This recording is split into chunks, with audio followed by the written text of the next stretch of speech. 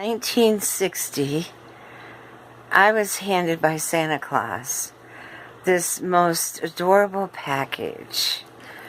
He was born on the 19th of December, and Santa brought him in, and my parents came behind him, and the first thing he did is say, "Oh, this is for you." And being 10 years old, I took that literally and was handed my baby brother, little Robert Paul Bibby. He's been gone for so long. He was killed in 1977 in an auto accident. I never got to see him as an adult. He was only a teenager. But he was such a gift. I had him for almost 17 years. I miss him with my whole heart. Oh, Santa. Christmas Eve has not really been good for me since 1977, which is why for quite a few years, Al and I did Santa and Mrs. Claus on Christmas Eve, just to try to have that feeling of giving and getting and loving. And I was lucky enough to be able to give to send 3 packages out to the Paradise Fire survivors out in California. And one of them sent me a couple of beautiful thank you messages and everything. And I thought, with all that you're dealing with, you're saying thank you. It's so humbling to experience that. And I will now remember this as my Christmas Eve gift, is this wonderful family with 2 beautiful little girls who are trying to restart their lives. And their daddy and mommy and them, on Christmas Eve, she took the time to not only send me private messages, but she also sent them to the Paradise Adoptive Family group that I belong to. The survivor in me recognizes just all the horrors they've been through and are going to be going through, and how hard it's going to be to start all over again, because I had to do that when I had the fire in 78. And I mean, it's a trauma that we can't even comprehend.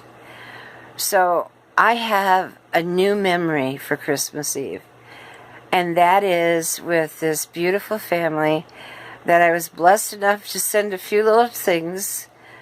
I mean, all I had was some Beanie Babies and some notebooks and pencils and a couple little pieces of jewelry for the little girls. But I did include something that I wanted them to understand, that even fire can create beauty.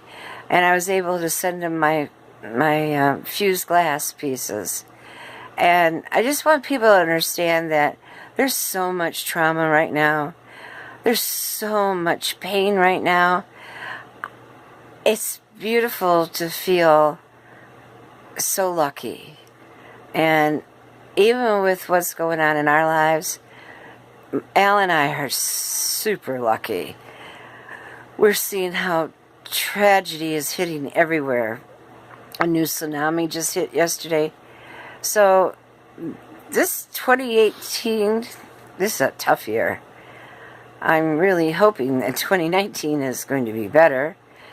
But I just feel very blessed, and I feel very honored that someone would take the time to send more than one thank you. And I said to her, you don't have to thank me. I mean, that's not why I give to people. And I had been kind of frustrated with some of the givers who were complaining that the survivors weren't thanking them enough. And I'm like, excuse me, when you're giving, you're not expecting anything back. That's the concept of giving. if you're giving to get something back, then you're taking. And I just can't comprehend that kind of thinking. So I'm very hopeful that the people in the paradise, the campfire, as they call it, have some kind of decent holiday. I know there's thousands that are still doing without, and I can only hope that they get what they need. So this is Christmas Eve, and it's 2018, and I've had a few of these, quite a few. And this one has become very special because of this beautiful young family out in California who honored me by saying thank you. And I told her, thank you, because you reached out and said that you could use what I had when I offered something, and it wasn't anything spectacular, but you said you would love it. So thank you. And I hope that people this year have a much more peaceful time.